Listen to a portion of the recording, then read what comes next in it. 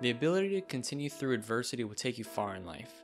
Let's talk about why breaking through procrastination, boredom, and everyday difficulties that get in between you and your goals is so important.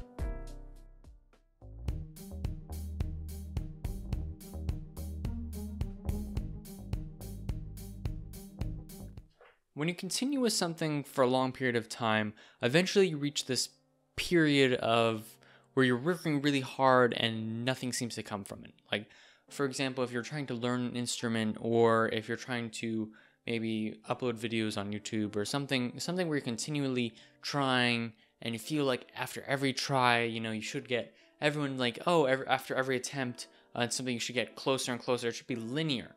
Well, the truth is that it's actually like an exponential growth. Most things in life are exponential growth. And the thing is that you have this long period where you don't feel like you're doing anything at all. And after that point, that's when you really start to see all of the successes. Like after this point of this kind of plateau where you just kind of keep working towards stuff, but nothing seems to come from it.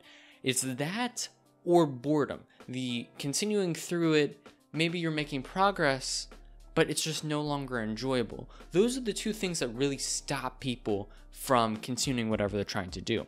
And really, it's after breaking through those two things that a lot of so at this point, the boredom is usually most people have it after doing it for a long period of time, or they don't feel like they're getting any success. But it's after that point is when they really start to shoot off into success, is after the plateau of doing what really feels boring or really just doesn't feel like you're making progress. But after that, that's when the real success starts to show. Aim for the moon, and if you miss, you'll land among the stars.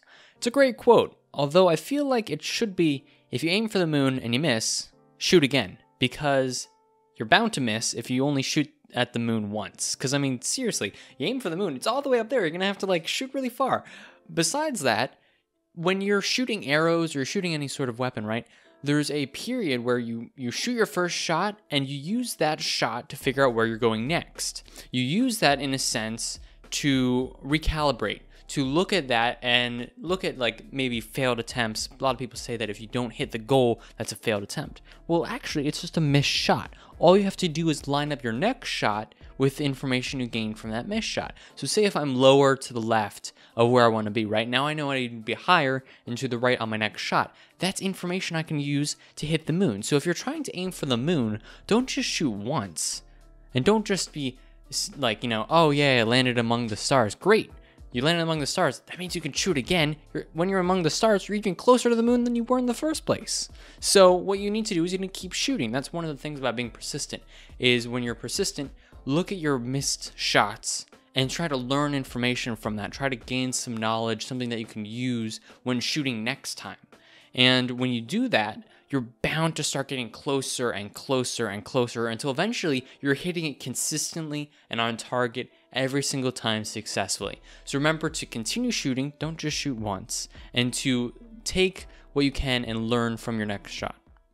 Another reason that people have difficulty with continuing projects is that they give themselves really outstanding high goal or something they're really trying to achieve really hard, and then they work super duper hard on it. They really push themselves to the absolute breaking point and try to continue it.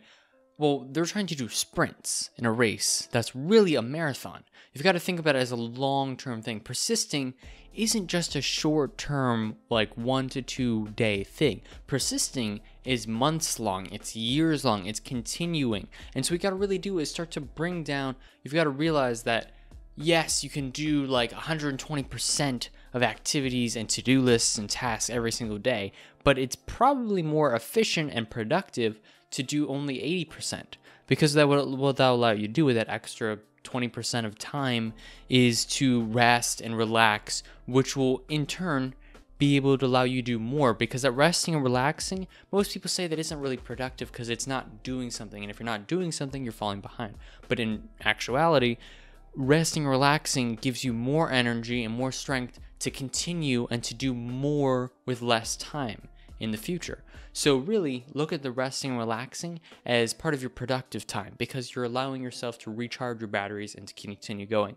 And when you're looking at goals, make sure that you look at the long-term view and that you're really trying to keep up with a sustainable schedule, not a what's the best case scenario schedule. Try to keep with a sustainable schedule that you can keep working towards every single day. Thank you for watching this video of Younger, Smarter, Better, talking all about persistence. If you enjoyed this, you might enjoy all of our blogs and other videos that you can find in the description section below. We also have a podcast, everything you can find down in the description section below. And as always, I'm Christian Adlita, and stay hungry for knowledge.